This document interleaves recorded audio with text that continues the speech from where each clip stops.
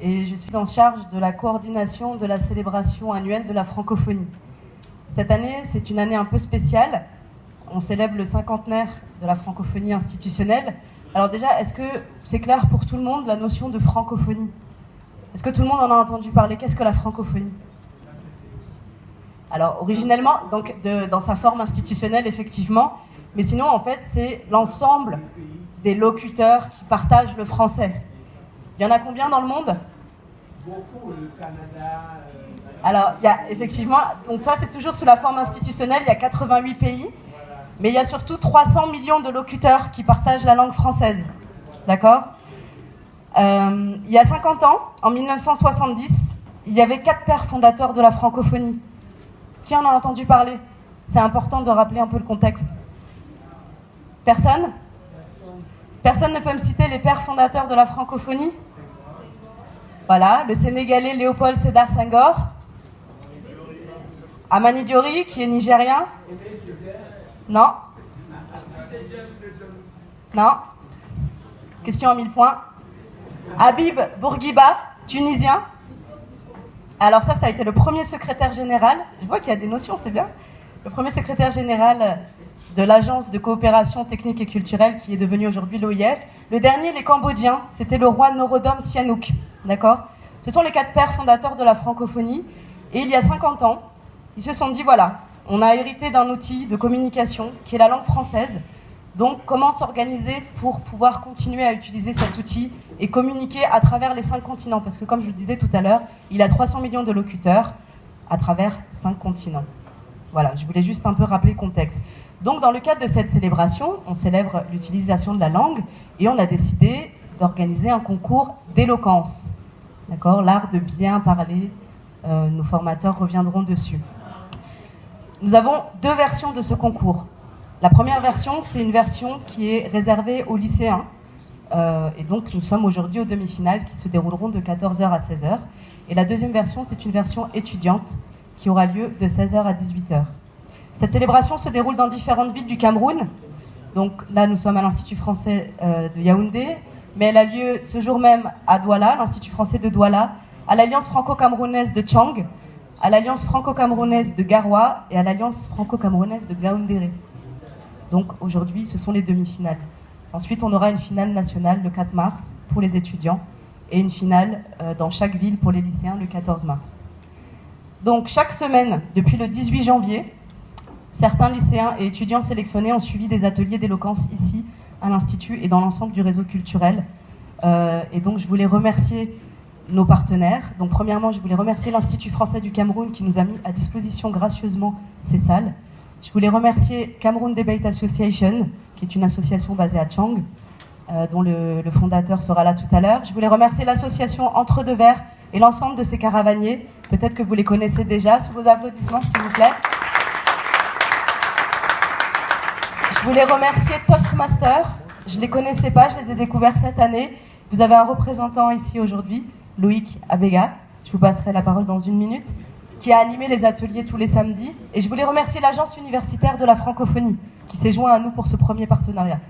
D'accord? Donc merci, vous pouvez les applaudir, tous ces partenaires. On a aussi également la chance d'avoir monté un partenariat avec l'Institut français de Paris, qui nous met à disposition, qui nous a mis à disposition 2 formateurs spécialisés dans l'art oratoire qui nous arrivent de Paris, du programme Eloquentia. Donc ce programme a été créé en 2012 à l'Université de Saint-Denis et c'est un programme de formation et de concours d'éloquence. Nous avons à ma gauche monsieur Théodore Jean-Baptiste, juriste, élève avocat, spécialiste de la rhétorique. Nous avons à ma droite Pierre Devanne, comédien, spécialiste de la scène, de plein de choses. Chanteur, vous avez pu l'entendre.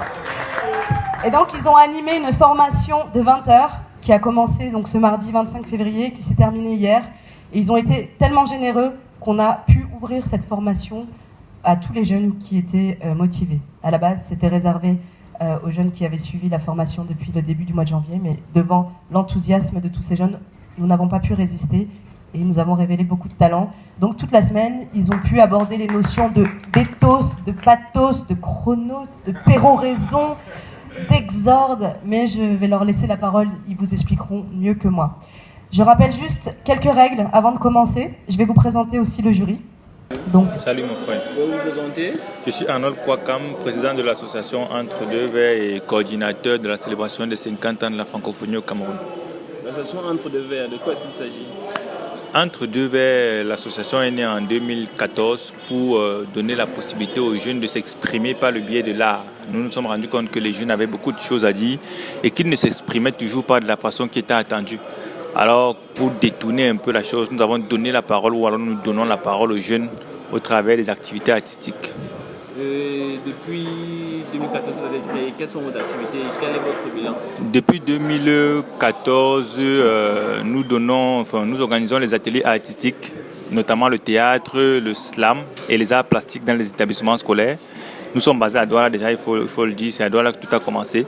Et nous organisions la caravane des Djimo qui aujourd'hui est devenue la célébration des 50 ans de la francophonie depuis 2016.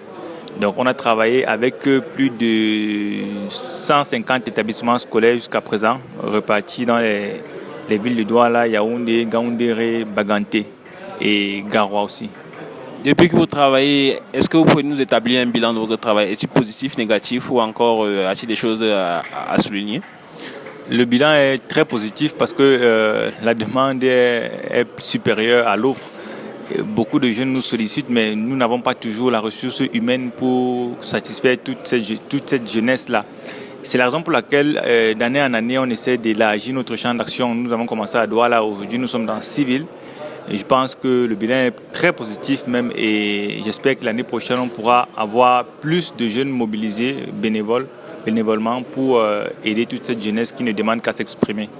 Parlant de 50 ans de la francophonie que vous célébrez, pouvez-vous nous parler de l'organisation, de tous les ateliers que vous avez mis sur pied, tous les événements?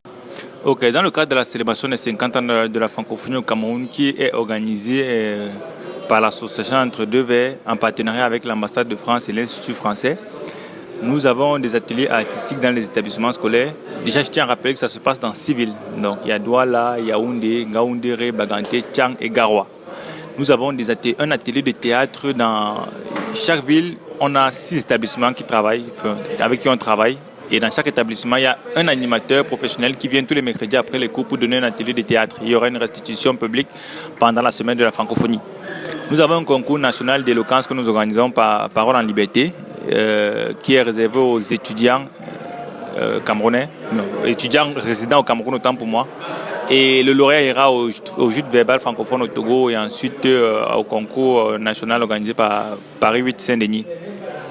On a un concours de poésie Entre Deux Vers, on a un concours de lecture, un concours d'orthographe qui est toujours organisé dans le cadre de la célébration des 50 ans de la francophonie.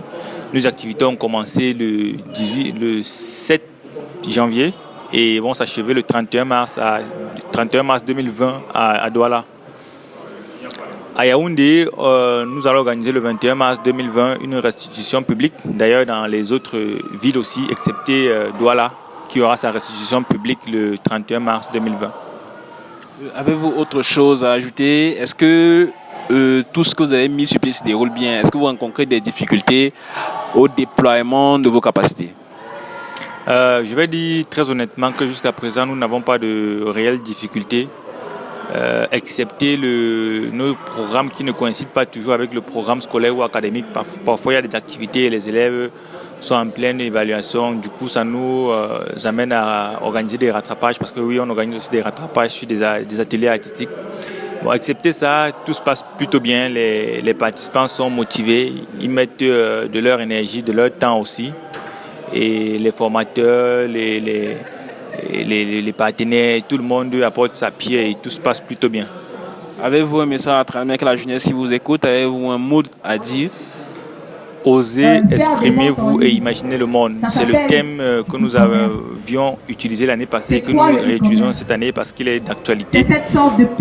Les jeunes doivent oser, les jeunes doivent s'exprimer. Je pense qu'une personne épanouie est une personne productive et l'inverse n'est pas toujours prouvé. Donc les jeunes doivent prendre la parole et s'exprimer. En croisant les pieds, merci à vous. Mais en étant en train de vendre. Plutôt que de s'asseoir dans un marché, sous la pluie, sous le soleil. C'est peut-être bien ce qu'on lui reproche. un smartphone, en réalité, un océan de perversion, myriade de fake news et d'abjections. Non, WhatsApp n'est pas devenu payant. Et Biscuit de mer n'a pas statué des news de Macron. Heureusement. Suave mélodie d'obscénité en chanson, données mobiles activées, à nous deux coller la petite version Corée. Oui, simplement bonjour. Je me passerai des formalités, des solennités, parce que je suis quelque chose d'anticonformiste et de révolutionnaire.